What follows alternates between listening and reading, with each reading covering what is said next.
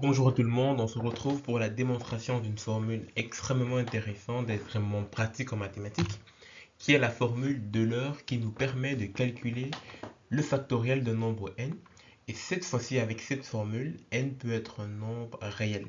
Donc je pense que dans une de mes vidéos où je parlais un peu de la factorielle, je vous avais dit que cette forme de la factorielle ne pouvait que être utile pour calculer des factoriels de nombres discrets, donc par exemple comme la factorielle de 1, la factorielle de 2, la factorielle de 3, la factorielle de 4, etc. Mais si je demande de calculer la factorielle de 3 demi, par exemple, que vaut 3 demi factoriel, ça, malheureusement, tu ne sais pas. Et la seule façon de la calculer, c'est en résolvant numériquement cette intégrale-ci. Et le but, c'est de démontrer d'où provient cette magnifique formule qui avait déjà été démontrée par Euler, qui est extrêmement pratique. Généralement, quand on résout des équations différentielles de la forme de Bessel, il y a plein d'applications comme ça en mathématiques, en physique, en mécanique quantique, en optique, etc.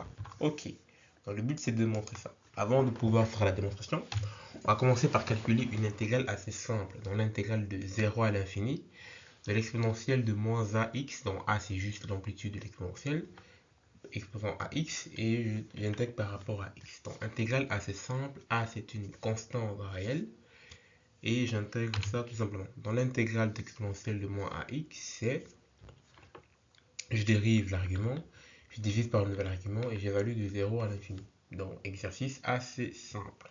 Si j'évalue ça, je trouve à la fin que l'intégrale de cette expression, c'est 1 sur a. Comment est-ce que je quitte de cette propriété-ci à ma démonstration? C'est ça en fait l'enjeu de la vidéo. Donc je sais qu'ici j'ai n factoriel. Ici j'ai x puissance n qui se répète. Dans l'argument j'ai un x. Donc peut-être je peux penser à me disant, ok, qu'est-ce qui se passe si je dérive cette expression pour faire apparaître l'argument ici? Et je sais qu'en dérivant, à chaque fois, je vais multiplier par la nouvelle puissance quand il y aura une répétition multiplicatrice qui va apparaître. Donc dérivons un peu une fois l'expression pour voir ce que ça donne. Donc là, je vais faire une dérivée d'une intégration. Ici, il n'y aura pas de problème en tant que tel, parce que la variable d'intégration ici, c'est x. Et si je dérive par rapport à une autre variable a, donc je peux faire rentrer la dérivation naturellement. Si ce n'était pas le cas, j'aurais dû appliquer la formule. Il y a une formule pour ça, j'ai oublié le nom, on voit ça en deuxième année, ça s'appelle une dérivation de Leibniz, voilà, la règle de Leibniz. Donc si par exemple, ici mes bornes dépendaient de x ou que j'intégrais par rapport à, ou je dérivais par rapport à x, là j'aurais dû appliquer la règle de Leibniz. Je ne me rappelle plus clairement de la règle de Leibniz, mais je sais qu'il faut appliquer la règle de Leibniz quand je veux calculer une dérivée d'une intégrale. Et si les bornes sont bien définies, etc. etc. Donc ici, voilà, il n'y a pas de problème. Je peux juste dériver l'intégrand par rapport à a. Ici, il n'y a aucun souci.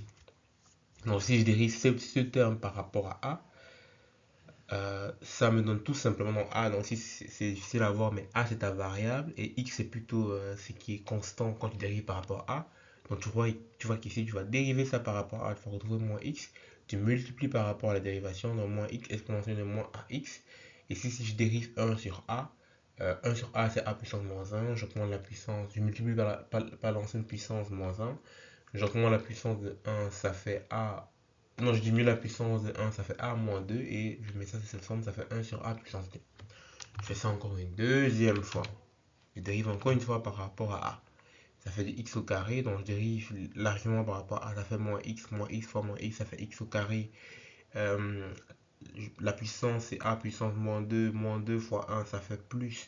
Moins 2 moins 1, ça fait 3. Et j'avais A puissance 3. Je peux faire une troisième fois encore une fois. Une troisième fois. Si je fais une troisième fois, je dérive ici, ça fait moins x fois x au carré, ça fait moins x au cube. A puissance moins 3, non, je fais moins 3 ici. Moins 3, moins 1, ça fait 4, etc. Et je peux faire ça encore et encore et encore n fois. Donc on voit qu'ici, si je fais ça n fois, on voit qu'ici, il y a quelque chose d'intéressant qui apparaît.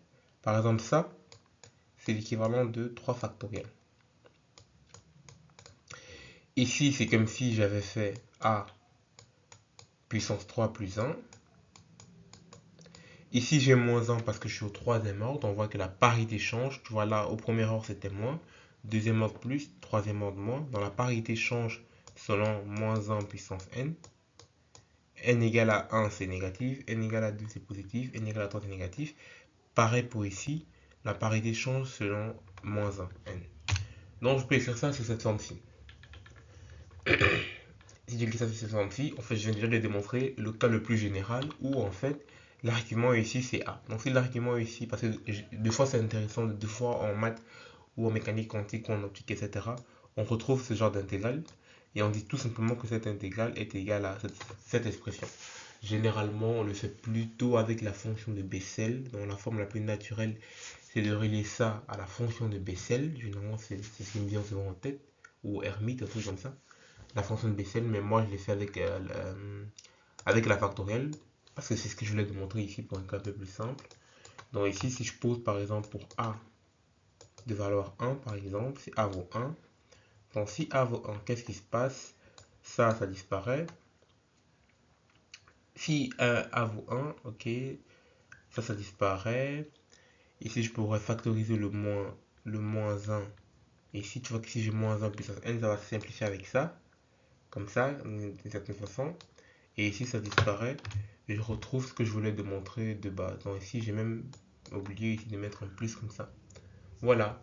C'était tout pour cette vidéo, une belle démonstration. Donc n'oublie pas cette propriété, ça pourra te sauver la vie, peut-être en maths, en physique ou dans d'autres sujets. Peut-être pas en chimie. C'était Divock. Salut!